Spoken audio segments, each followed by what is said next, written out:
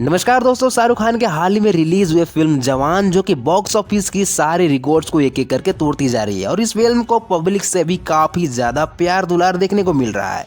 लेकिन क्या आपको पता है कि इस फिल्म में दिखाई गई आधी से भी ज्यादा घटनाएं हमारे रियल जिंदगी से जुड़ी हुई है। आप पूरी तरीके से शॉक हो जाएंगे यह जानकर कि इस फिल्म और हमारे रियल लाइफ से कितनी सिमिलैरिटी है।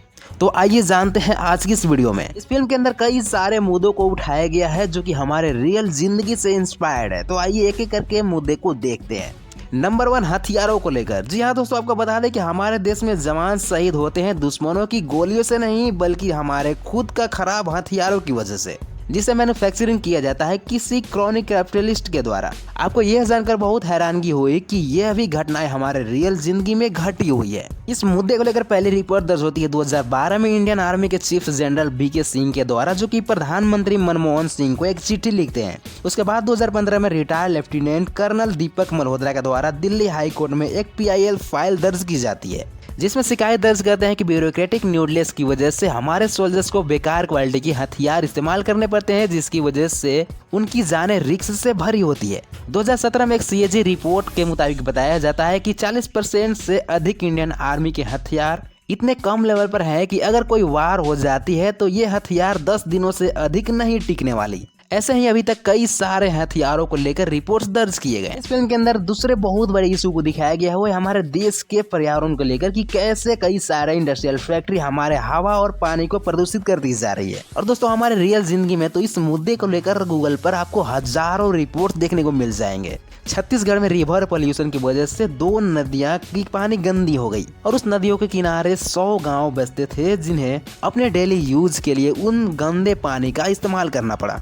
2013 में एक रिपोर्ट आती है central for science and environmental के द्वारा। इसके मुताबिक बताया जाता है कि 80% से भी ज्यादा इंडियन स्वेज को नदियों में बहा दी जाती है और ये स्वेज उन हजारों फैक्ट्रियों की होती है जो कि अनट्रीटेड स्वेज को डंप करती है नदियों में। अक्टूबर 2018 में GD Agarwal IIT pass out, जो कि एक साधु बन जाते हैं, स्वामी ज्ञान स्वरूप, और ये गंगा नदी को बचाने के लिए भूख हड़ताल पर बैठ जाते हैं। इनकी मांग थी गंगा प्रोटेक्शन एक्ट सरकार के द्वारा बनाई जाए और पूरी तरीके से बैन लगाई जाए उन कार्यों पर जो कि गंगा नदी के किनारे क्यूरिंग और स्टोन क्रॉसिंग की जाती थी। उन्होंने PM को एक लेटर भी लिखा, लेकिन कोई जवाब नहीं आया और ये फास्ट पर लगातार 111 दिन बैठे रहे, जिसके वजह से इनकी मौत हो जाती है और इनकी मांगे अधूरी रह जाती है। और यही कारण है कि जवान फिल्म का जो विलन है वो ये खुलेआम कहता है कि अगर पैसे इन्वेस्टमेंट करनी हो तो इलेक्शंस और पार्टियों को खरीदने में करो, उसके बाद तुम्हें इंडिया में खुली छूट मिलती है, जितनी फैक्ट्रीज लगानी हो, चीफ लेबर इस्तेमाल करने हो या फिर पोल्यूशन या गंदगी फैलानी हो, किसी को कोई फर्क नहीं पड़ता। और विलन ने यह भी कहा है कि इंडिया की जो है इन्वायरमेंटल वो काफी फेवरेबल होती है बाकी कंट्रीज की तुलना में, क्योंकि अदर कंट्री में एक फैक्ट्री को लगाने में काफी सारे दिक्कतों का सामना करना पड़ता है, लेकिन इंडिया के लोग काफी भोले भाले होते हैं, यहाँ इन्हें कोई दिक्कत नहीं होती।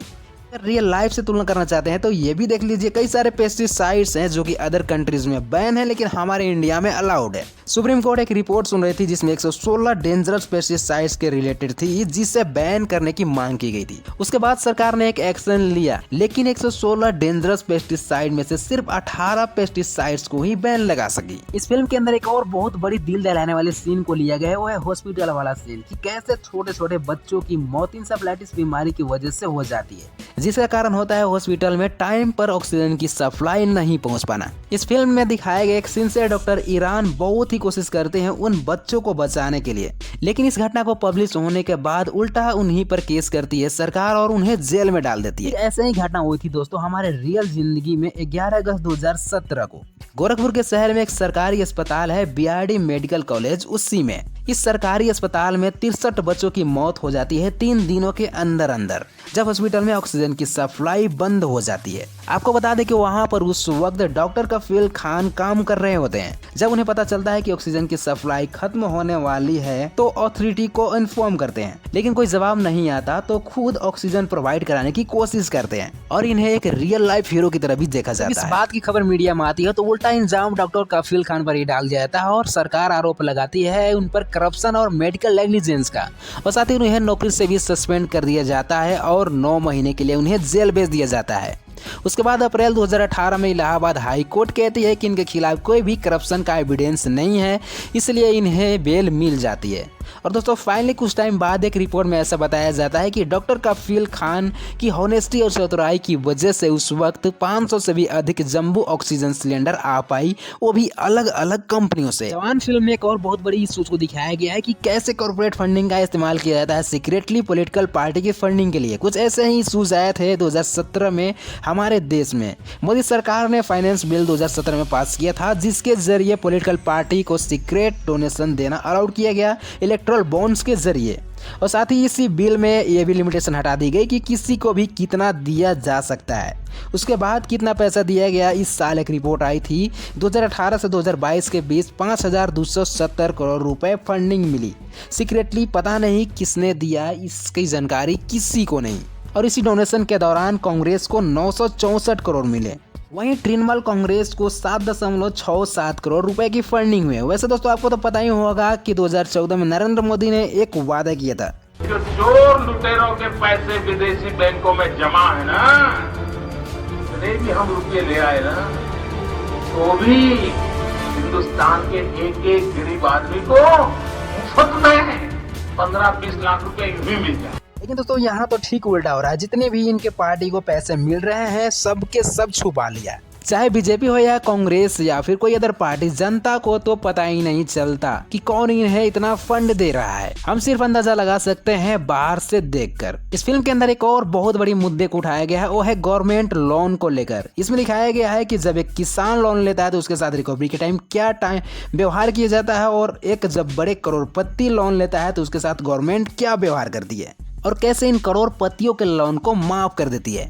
अगर इसे भी रियल लाइफ से कंपेयर करना है तो ज़्यादा नहीं, पिछले ही महीने का एक खबर को देख लीजिए।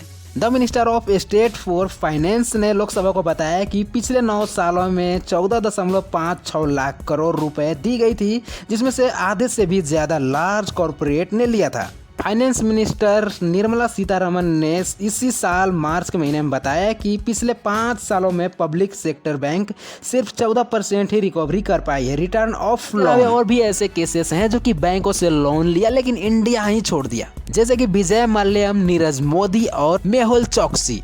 जब कोई किसान लोन लेता है तो किसी तरीके से अपना लोन को चुकाता है। अगर किसान अपना लोन नहीं चुका पाया तो अक्सर आत्महत्या कर लेते हैं। लेकिन ये बड़े बड़े लोग, अरबपति, क्या आपने सुना है कभी कि ये लोन नहीं चुका पाए और आत्महत्या कर ली?